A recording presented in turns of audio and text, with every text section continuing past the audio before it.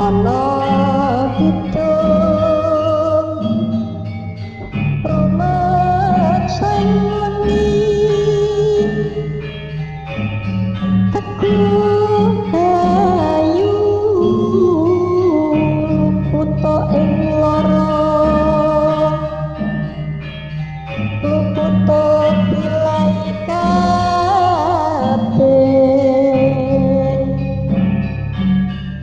jin setan tatan purun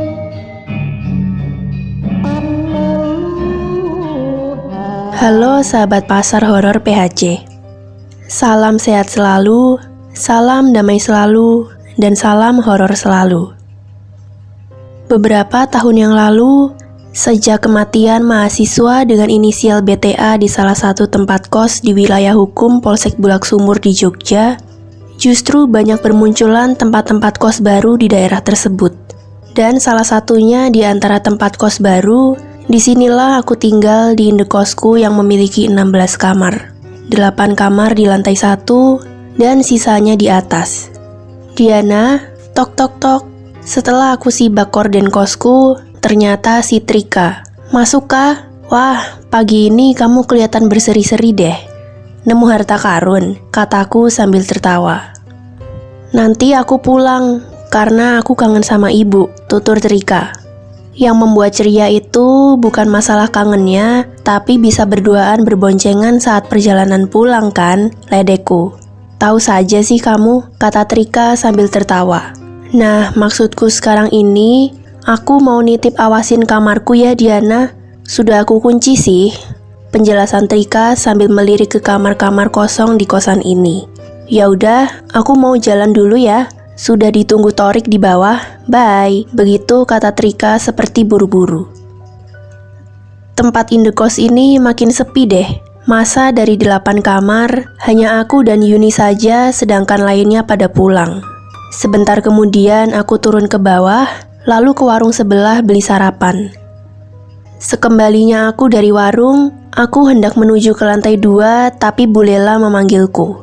Mbak Diana, tolong kesini sebentar. Aku pun menuju rumah utama. Ada apa Bu Lela? Tanyaku. Mbak nggak ada rencana pulang kan? Biasanya kalau libur gini semua pada pulang soalnya, papar dia. Enggak kok Bu, tanggung, seminggu lagi sudah masuk kuliah lagi. Ujarku yang membuat ibu kos itu menjadi agak tenang. Alhamdulillah kalau nggak pulang, nanti malam temenin di sini ya. Saya takut kalau sepi gini. Lagian baru aja ada yang meninggal Mbak. Baik Bu, saya usahakan ya. Soalnya saya juga lagi nyiapin materi untuk ujian minggu depan. Sekarang saya naik dulu ya Bu Lela. Oke Mbak, makasih ya.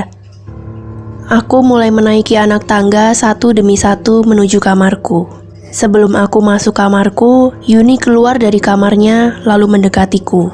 Diana, aku mau cerita kejadian yang menimpaku semalam, katanya. Aku langsung buka pintu sambil menyuruh Yuni untuk duduk di karpet lantai kamarku. Kemarin sore, sewaktu kamu pergi dengan Edo, aku lagi dengan Trika membicarakan tetangga sebelah kanan terpaut 3 rumah itu kan meninggal. Aku bilang pada Trika, rasa-rasanya di lantai ini jadi beda sejak kakek itu meninggal.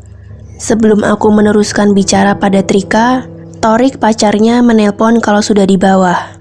Akhirnya pembicaraan itu terhenti begitu saja, cerita Yuni. Terus sebenarnya kamu mau mengatakan apa pada Trika kemarin? Tanyaku pada dia. Yuni meneruskan ceritanya. Iya, aku mau bilang pada dia agar jangan pulang ke rumahnya dulu. Aku minta tolong dia untuk menemani di sini. Setidaknya ada aku, kamu, dan Trika, tapi dia bilang tidak bisa. Ya udah, mau gimana lagi kalau kondisinya memang begitu. Akhirnya Trika turun ke bawah menemui pacarnya. Aku yang sendirian di lantai ini merasa takut. Sekitar jam 8, kupikir belum malam, aku mau turun untuk ke warung sebelah.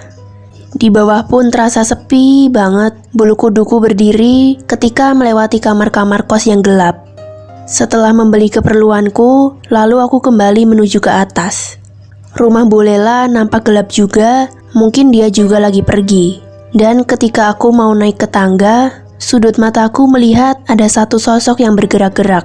Dengan perasaan yang tegang, aku lihat ke arah itu, siapa tahu Bu Lela baru datang dari pergi. Ternyata bukan dia, tapi sosok seorang kakek. Dia lagi menatapku dengan wajah yang kaku. Aku jelas sudah tahu kakek itu karena dia tiap sore selalu jalan-jalan mengitari daerah di sini.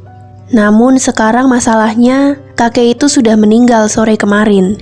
Sontak aku memekik karena sangat terkejut. Aku sangat takut dan bingung. Harusnya aku lari ke arah jalan. Namun karena panik justru aku lari ke atas lalu masuk kamar. Selanjutnya kamar aku kunci, lalu aku meringkuk di dalam selimut. 5 menit kemudian aku mendengar langkah kaki yang menaiki tangga. Jantungku kembali berdetak kencang, keringat mulai membasahi tubuhku. Suara itu makin jelas, tapi aku benar-benar tidak bisa berbuat apa-apa. Kalaupun keluar kamar, juga tidak ada jalan yang berbeda, pasti lewat situ lagi. Andalanku adalah berteriak sekencang-kencangnya jika hal yang tidak diinginkan terjadi. Jari jemariku gemetaran, sementara AC kamarku tidak mampu mendinginkan suhu tubuhku jika seperti ini. Langkah itu makin dekat, hingga suara itu berhenti di depan pintuku. Tak kusangka tiba-tiba gagang pintuku bergerak sendiri untuk membukanya. Aku berpikir bahwa pintu itu sudah aku kunci. Namun hal itu tidak ada pengaruhnya dan pintu itu mulai terbuka sedikit. Aku siap-siap mau teriak, tapi keduluan ada suara memanggilku. "Yuni, aku membawa oleh-oleh untukmu." Dan suara itu sangat aku kenal, suara Bu Lela. Aku yang masih ketakutan ini belum berani membuka pintu itu lebih lebar. Tapi tiba-tiba pintuku didorong dari luar. "Ini Yun, onde-onde masih hangat." Alhamdulillah, itu beneran Bu Lela. Aku berdiri sambil berkata, "Makasih Bu Lela sudah bawain aku onde-onde." Lalu dia kembali turun. Begitu kejadian semalam itu, dan tidak lama kamu datang, disusul Trika. Bergidik juga aku mendengar cerita Yuni tentang semalam itu. "Kamu sampai sekarang masih takut, Yun?" "Enggak sih, yang penting tidak terulang lagi kejadian semalam itu," jawab Yuni dengan raut wajah yang masih mencerminkan ketakutan. Siang ini sekitar jam 1, aku berencana mau beli nasi dan lauk untuk makan siang. Tok tok tok. "Yuni, mau ikut gak?" tanyaku di depan kamar dia. Ikut, jawab Yuni dari dalam kamarnya. Sesaat kemudian kami berdua berjalan menuruni tangga rumah. Sesampai di halaman depan, kulihat Pak Mino lagi memotong rumput. Pak Mino ini yang membersihkan seisi bangunan ini dan sekaligus menjaga di halaman depan. "Tumben Pak baru kelihatan," sapaku. "Iya Non, baru pulang dari desa karena anak saya lagi sakit Non," kata bapak tua itu, lalu aku pamit ke dia. Aku jalankan motorku dengan kecepatan rendah, sementara Yuni lagi main HP saat ku tengok dari kaca spion motorku. "Udah, pacaran mulu ya?" ujarku sambil tertawa. "Enggak kok, lagi chat dengan adikku. Dia bilang pengen main kesini," kata Yuni sambil tertawa juga. Begitu sampai di tempat makan, kami menuju ke dalam. "Dibungkus ya Mbak, saya pakai teri masak pedas, ayam, dan sambal," kataku. "Kalau saya pakai ikan itu, tahu, sama sambal hijau ya Mbak," kata Yuni. Aku dan Yuni lantas kembali ke kos. Sambil makan di kamar, aku nanya Yuni kalau adiknya nyampe di sini kapan. Dia menjawab besok agak sorean katanya. Singkat kata, besoknya jam 3 sore lebih, adik Yuni datang. Nama panggilannya Eli. "Lumayan, biar agak rame nih," kataku dalam hati sambil menyapu dalam kamarku. "Halo Kak Diana." "Oh, kamu El, halo juga. Berapa hari di sini?" "Seminggu Kak, mumpung aku libur sekolah," jawab Eli sambil melihat aku menyapu. "Ya udah, Eli istirahat dulu ya. Kakak mau mandi dulu." Setelah Eli balik ke kamar Yuni, aku bersiap-siap mau mandi. Aku berjalan ke arah kamar mandi, sambil aku ambil handuk dulu di jemuran depan kamar. Posisi kamar mandi ada di ujung paling belakang, jadi harus melewati beberapa kamar yang sedang ditinggal pulang untuk beberapa hari. Sesampai di depan kamar mandi, kulihat pintunya lagi tertutup dan ada suara gemericik air. Hah? Siapa di dalam itu? Eli dan Yuni jelas tidak mungkin, karena saat aku melewati kamarnya, mereka pada tiduran. Aku jadi merinding. Aku beranikan untuk mengetuk, tapi tidak ada sautan dari dalam. Dadaku mulai tersengal, lalu aku coba tanya, "Siapa di dalam?" "Ini aku," jawab dari dalam kamar mandi. Lega aku mendengarnya, namun dari suara itu seperti suara Trika. "Kok sudah balik ke kos? Katanya pulang seminggu lagi," kataku dalam hati. "Kamu datangnya kapan, Trika? Kok aku nggak tahu?" tanyaku lagi.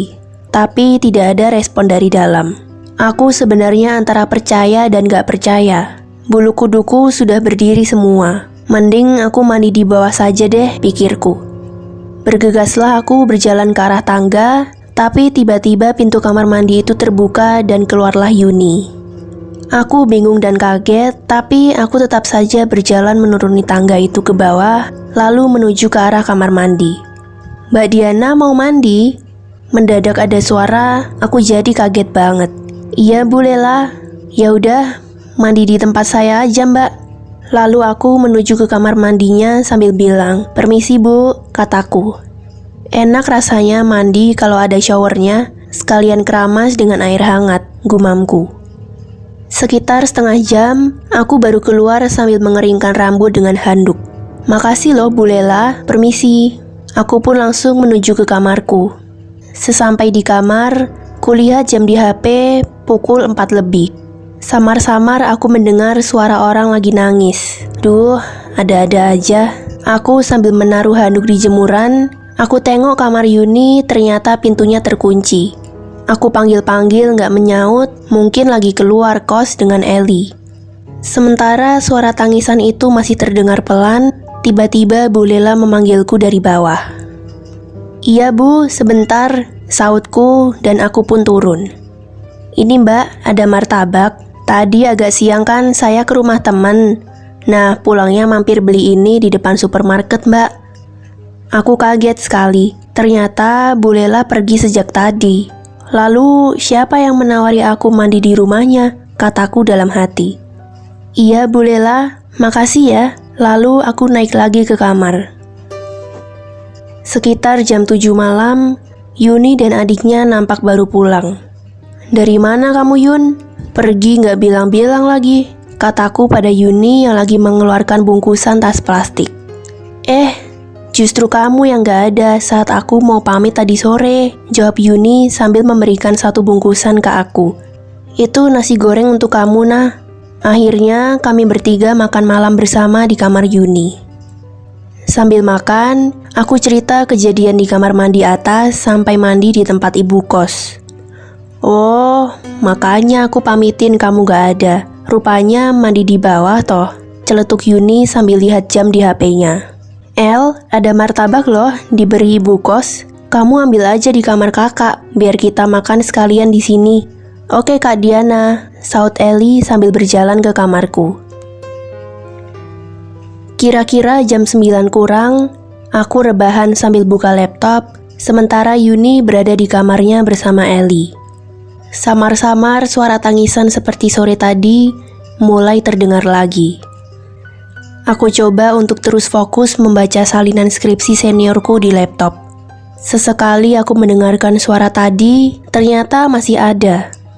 Tidak terlalu lama aku dengar pintu kamar dikunci, lalu ada suara langkah kaki. Diana, aku tidur sini ya." Telah berdiri Yuni dengan Eli sambil membawa bantal guling. "Ya udah," jawabku pendek.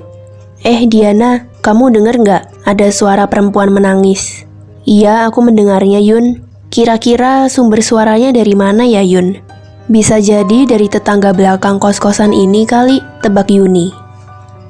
Kulirik Eli tiduran sambil meringkuk, sepertinya dia ketakutan. Tiba-tiba suara tangisan itu menjadi agak besar, aku memilih fokus pada laptopku. "Sepertinya suara itu di antara dalam kamar-kamar itu deh," kata Yuni yang nada suaranya mulai cemas. "Bagaimana kalau kita bareng-bareng mencari dari mana sumber suara itu?" tanya Yuni.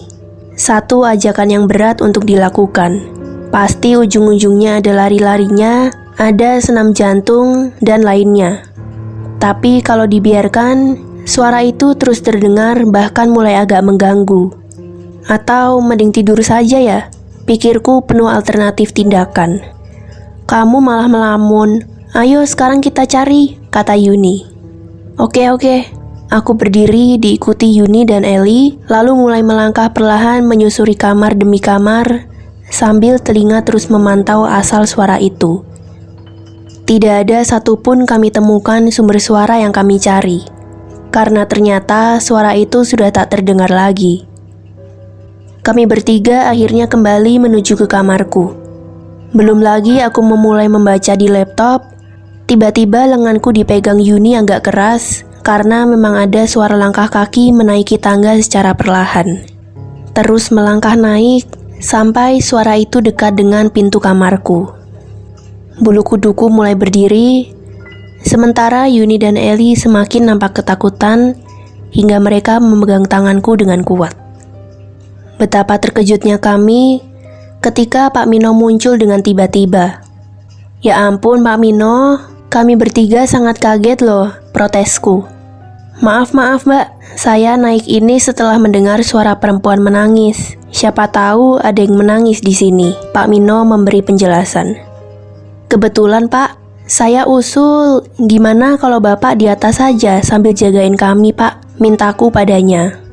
Iya non, gak apa-apa, itu juga ada kursi panjang di depan kamar sebelah sana itu, biar saya bisa sambil tiduran, ujar Pak Mino.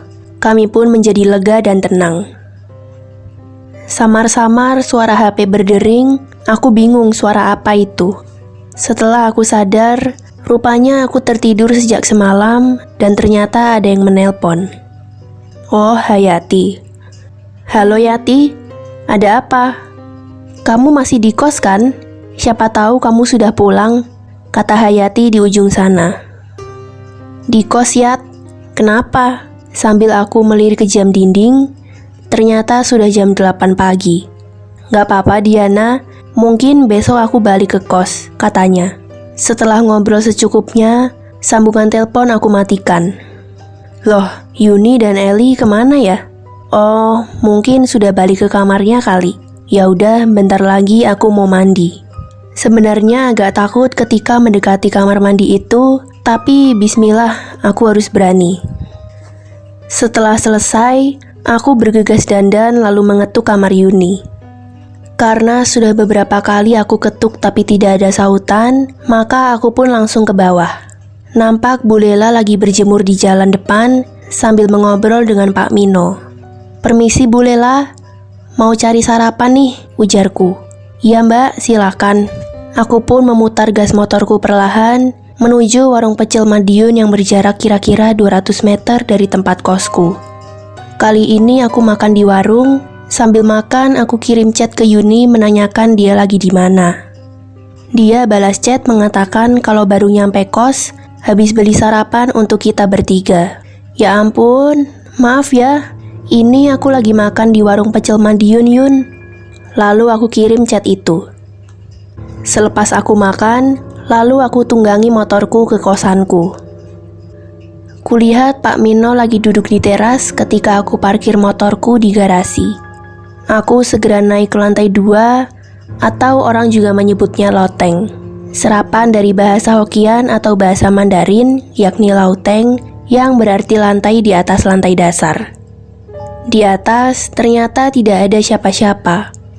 Yuni, aku coba memanggil Yuni, tapi tetap sepi. Aku langsung telepon dia, agak lama dan akhirnya diangkat.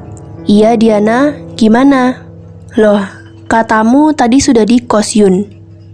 Kata siapa? Aku masih di mall dengan Eli. Sebelumnya jalan-jalan saja Diana, tutur Yuni. Ya udah, nanti saja kalau kamu sudah balik ke kos, kataku sambil mematikan hubungan telepon.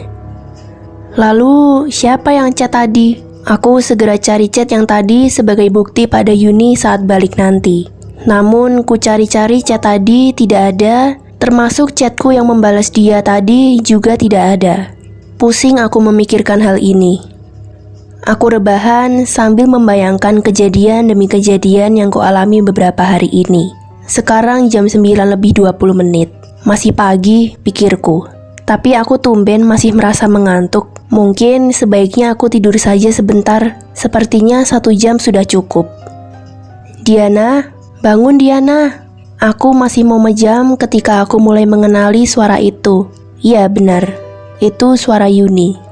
Aku kucek mata sebentar, lalu membuka kelopak mataku.